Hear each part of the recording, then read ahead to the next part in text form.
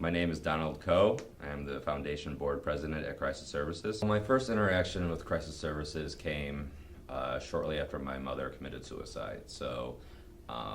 She had been suffering from depression and mental illness for some time, and my folks had gotten a divorce about 3.5 years ago.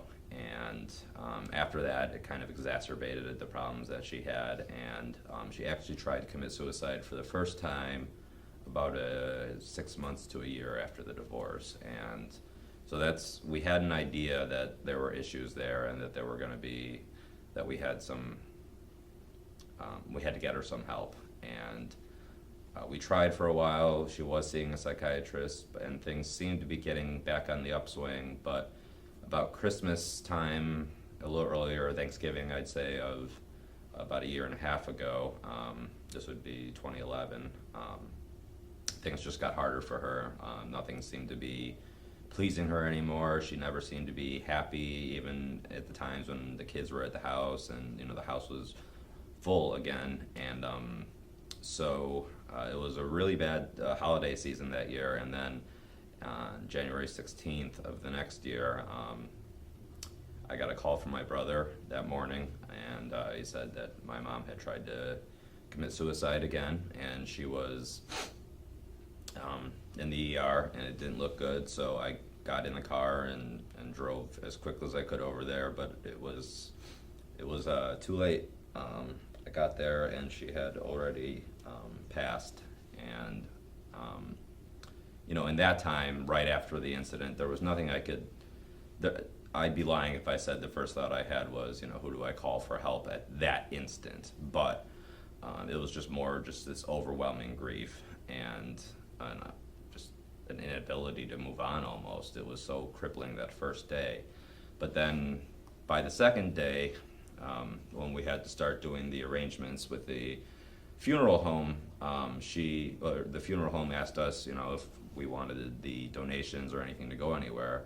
And that's when it kind of hit me that, suicide is a problem. And, my father's a psychiatrist.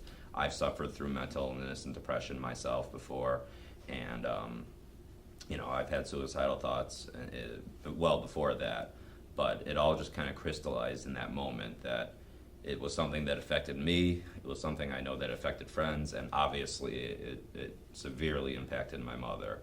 And at that point in time, I knew I had to do something to try and help, and also maybe even get help myself. So that day, actually, I called over here, and right away, from the first moment I called Crisis Services, it was more support than I could ever have hoped for. My first thought was, how can I help Crisis Services? How can I get the message out about suicide? Can I get the donations over? But the first thing that they cared about was me. There was no talk about anything that I could do for Crisis Services. It was always about, am I doing okay?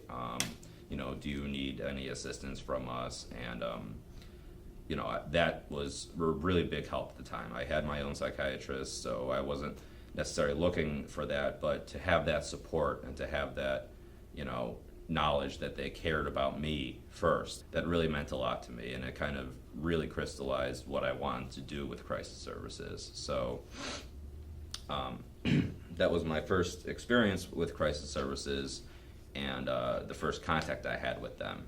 And from there, it was just, it's not about me, it's about my mother. And what I wanted more than anything was to help ensure that other people wouldn't have to experience what I did, and more importantly, what other people have to go through what my mom did, feeling alone. It sounds selfish, but I feel like I owe the universe a life, and if I can do at least that, then I think I've honored my mother's memory here at Crisis Services.